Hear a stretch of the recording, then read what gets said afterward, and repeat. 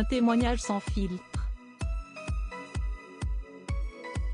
Le 13 février dernier, Sylvie Ortega Munoz, compagne de Ludovic Chancel pendant 8 ans avant sa mort en 2017, ne mâchait pas ses mots pour évoquer l'accident de voiture causé par Pierre Palmade en Seine-et-Marne 3 jours avant.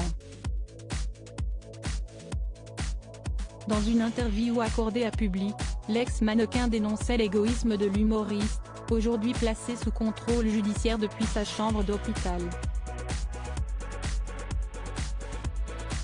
Elle était également revenue sur l'amitié malsaine que le comédien et son défunt conjoint entretenaient il y a quelques années et qui a viré au cauchemar. À l'époque où Ludo a rencontré Pierre Palmade, il vivait une descente aux enfers. Les seuls liens qu'il avait étaient la fête, la coke, rien d'autre, avait-elle notamment lâché, sans donner de date précise. Sylvie Ortega Munoz avait aussi raconté que la mère de Ludovic Chancel, la chanteuse Sheila, ne cautionnait pas cette amitié. L'acolyte de Muriel Robin avait par ailleurs attiré l'attention médiatique sur leur proximité. Un choix qui n'avait pas plu au fils de Rizzo. Supérieur à Pierre Palmade, François Cluzet, Benoît Magimel, les stars sans tabou sur leurs addictions. Pierre Palmade était-il amoureux de Ludovic Chancel?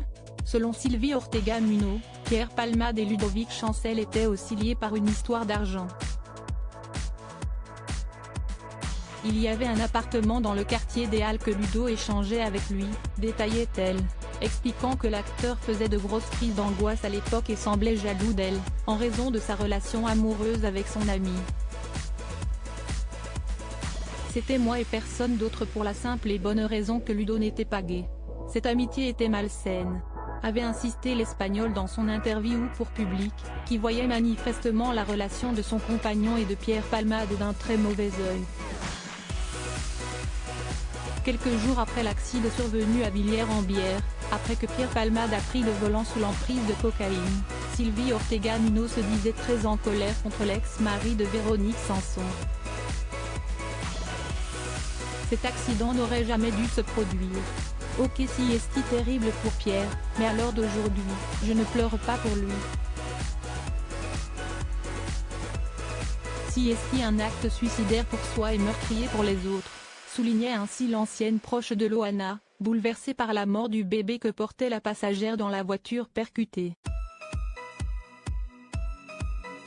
Crédit photo, Tiziano da Silva, Cyril Moreau.